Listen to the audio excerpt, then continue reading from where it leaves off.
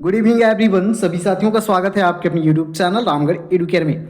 Jet को लेकर बड़ी अपडेट है साथियों। साथ ही साथ सहायक आचार्य का यहाँ पर 1 to 5 के लिए और 6 to 8 में सामाजिक विज्ञान के लिए रिजल्ट जारी किया गया है। सारे अपडेट्स इसी वीडियो में। सबसे पहले जेट झारखंड पात्रता परीक्षा 2024 जो कि विज्ञापन संख्या जेपीएससी का 8 था, 2025 में निकला हुआ था और एग्ज़ाम कैलेंडर के अनुसार 29/3/2024 के ये परीक्षा होने वाली है। इसको पास करते ही आप असिस्टेंट प्रोफेसर के लिए योग्य हो जाते हो, साथ ही साथ पीएचडी एडमिशन के लिए भी योग्य हो जाते हो साथियों। बहुत ही इंपॉर्टेंट है ये और पूरे एकदम 18-20 साल के बाद में ये एग्ज़ाम आपका यहाँ पर झारखंड में होने वाला है, तो इसको मिस नहीं करना है।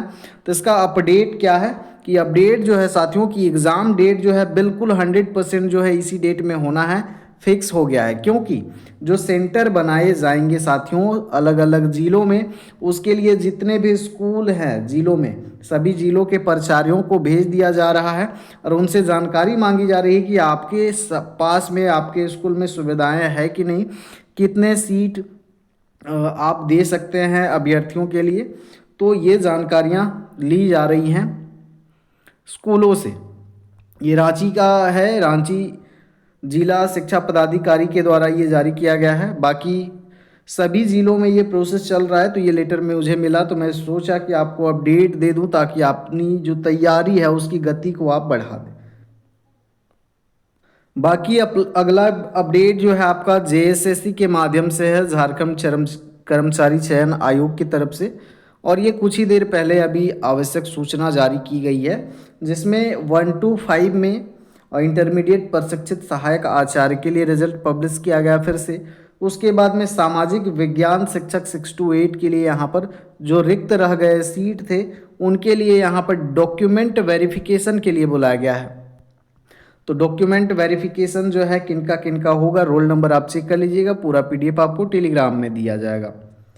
तो यहाँ पर 6/3/2026 को 2 पालियों में लिया जाएगा और पहला पाली 11 बजे से 1:30 बजे तक चलेगा, दूसरा जो चलेगा 2:30 बजे से 5 बजे तक।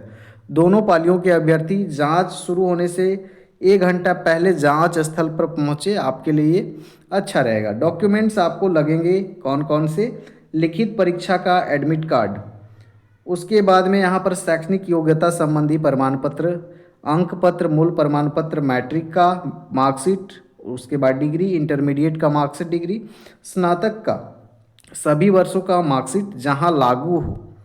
उसके बाद में पद के अनुसार 1 to 5 के लिए है तो आपका यहाँ पर डीएलएड होना चाहिए न्यूनतम 50% अंकों के साथ, 10+2 उत्तीर्ण है या फिर उच्चतर माध्यमिक अथवा इसके समकक्ष तथा प्रारंभिक शिक्षा में द्विवर्षीय डिप्लोमा चाहे जो भी नाम से जाना जाता हो, तो ये भी आपको लगने वाला है। बात करेंगे यहाँ पर सामाजिक विज्ञान शिक्षक 6 to 8 के लिए, तो इसमें देखिए जेटेट का सर्टिफिकेट भी आपको लगने वाला है।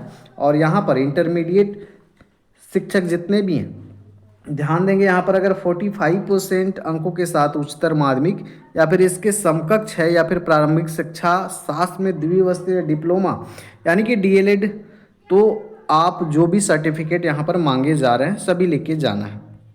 मूल प्रमाण पत्र, जेरोक्स कॉपी, सेल्फ अटेस्टेड, जितने डॉक्यूमेंट्स आपको दिखाए जा रहे हैं 6 to 8 के लिए यहाँ पर आप देखें, आपका यहाँ पर ग्रेजुएशन तो होना चाहिए। जिस विषय में अप्लाई किए हुए हैं सोशल साइंस में, तो उससे रिलेटेड आपके सब्जेक्ट होने चाहिए ग्रेजुएशन में, और उन्हीं सब्जेक्ट से रिलेटेड आपका बीएड भी होना चाहिए। तो ये सारे बीएड चाहे आपका द्विवर्षीय हो, 1 वर्षीय हो या फिर 4 ईयर इंटीग्रेटेड बीएड कोर्स किए हुए हैं, सभी यहाँ पर वैलिड होंगे। साथ ही साथ यहाँ पर जाति आय प्रमाण पत्र या संपत्ति प्रमाण पत्र जो भी है, स्थानीयता का प्रमाण पत्र, जेटेट उत्तीर्ण प्रमाण पत्र सामाजिक विज्ञान पद हेतु, उसके बाद खेल कूद कोटा, भूतपूर्व सैनिक, ये जिन पे अप्लाई होता है, जो पारा शिक्षक से संबंधित हैं वो अपना पहचान पत्र और अनुभव प्रमाण पत्र ले करके जाएंगे। अगर किसी प्रमाण पत्र में वर्तनी की त्रुटि है तो आप शपथ पत्र भी साथ में ले जा सकते हैं, कोई दिक्कत नहीं है। यहाँ पर देखेंगे सामाजिक विज्ञान पद हेतु 2016 में जेटेट उत्तीर्णता होने वाले अभ्यर्थियों के जेटेट का प्रवेश पत्र गुम होने की स्थिति में सनहा एवं शपथ पत्र जिसमें यह स्पष्ट अंकित हो कि अभ्यर्थी सामाजिक विज्ञान विषय में जेटेट उत्तीर्ण है लेकिन आना सुनिश्चित करेंगे लेकर।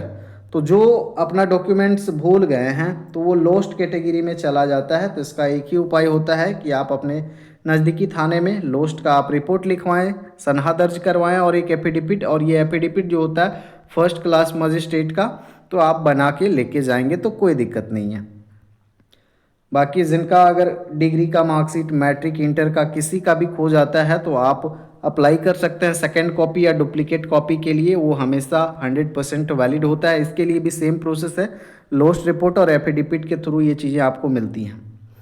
तो ये 6 to 8 का ये रिज़ल्ट और ये 1 to 5 का जिनका भी है डीबी में लिस्ट में नाम आया है उनको बधाई। आप लोग जाइए और सारे डॉक्यूमेंट्स लेके जाइए। कुछ डाउट रहता है, कुछ कन्फ्यूज़न है डॉक्यूमेंट्स के रिगार्डिंग तो आप लोग कमेंट सेक्शन में लिख सकते हैं, मैं कोशिश करूँगा आंसर देने की।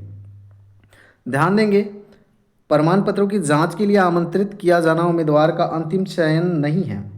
प्रमाण पत्रों की जांच कार्यक्रम में अनुपस्थित अभ्यर्थी दिनांक 10/3/2026 को फिर से जा सकते हैं। 10 से 1:30 बजे तक अपना डॉक्यूमेंट वेरिफिकेशन करवा सकते हैं। इसमें जो अनुपस्थित अभ्यर्थी रहेंगे, अभ्यर्थियों को बाद में कोई अतिरिक्त समय नहीं दिया जाएगा, तो इस बात का आप ध्यान रखेंगे। तो 2 डेट्स हैं, जो डेट मिस होगा उसके बाद ये डेट और एक मिलेगा। तो बेहतर है अपने डॉक्यूमेंट्स को कलेक्ट कीजिए, उसके बाद अपना डीबी करवाइए और नौकरी लीजिए। धन्यवाद।